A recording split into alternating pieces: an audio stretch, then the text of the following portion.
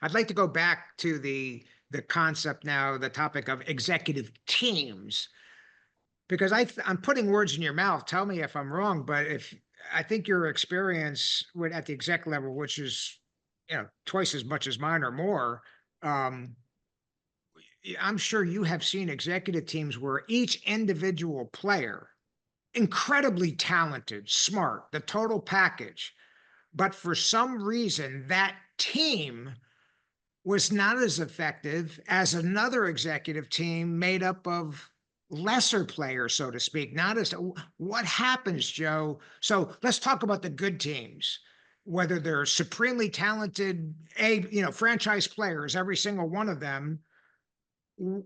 Are there any characteristics and attributes and habits of the most effective teams, executive teams that you've observed? Yeah, well, I think, at the end of the day, right, and this is another characteristic and trait, which is humility. None of us are perfect, and we're all going to make mistakes, but can one be humble enough to own those mistakes, course correct, and those types of things? So I think when we look at effective teams, it does start with the leader of that team. You know, and how is the leader organizing and structuring things? How have they looked at the organizational design of the firm and made sure that the design fosters effective teamwork and team play?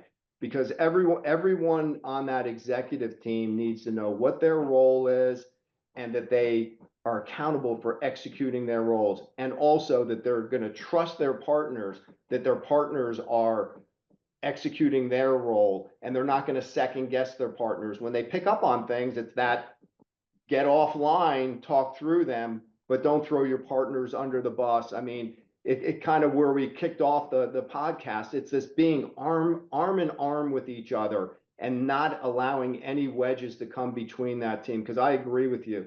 I mean, you can have a team of average executives far outperform a team of superstars. And unfortunately, when you start pulling a lot of superstars, right, it gets back to what we were talking about is, then there's personal agendas and there's power plays and there's positioning, and that whole political landscape, when that starts to filter in there, it just starts to be very divisive and break Yeah. down the overall team.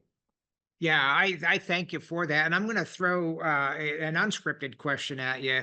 As you know, publicly traded company, the auditors come in once a quarter, and at least twice a year, they would come to me and say, Mike, we want to talk about tone from the top.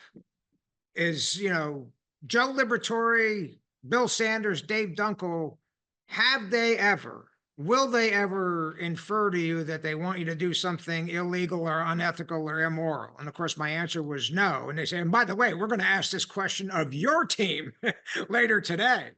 So, a lot of where I'm going with this is my entire time on K Force's executive team, which was 15 years. Um, I there was only one time when I considered I was in an executive team and someone ambushed me and threw a problem out. Well, Mike, I got this issue with your organization, and he hadn't talked to me beforehand. It was shocking to me, and so I addressed it. But my point is, Dave Dunkel and Bill Sanders would not tolerate that.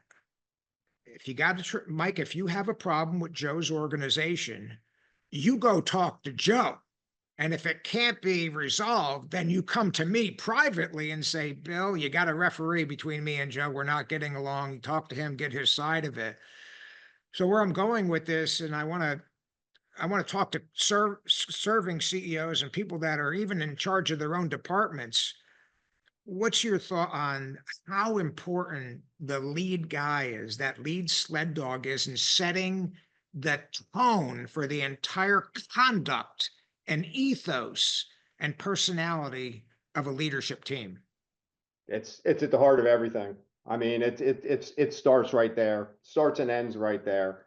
If you have a broken executive leadership team, there's nowhere else to look but in the mirror. And because then where am I missing it? Where am I not effectively communicating? What behaviors am I allowing to happen that are unhealthy behaviors? How am I growing and coaching and developing and uniting the team? and it's having a zero tolerance. I completely agree with you. There's certain things that, you know, are non-negotiable. And that I started with really those three traits that I had mentioned.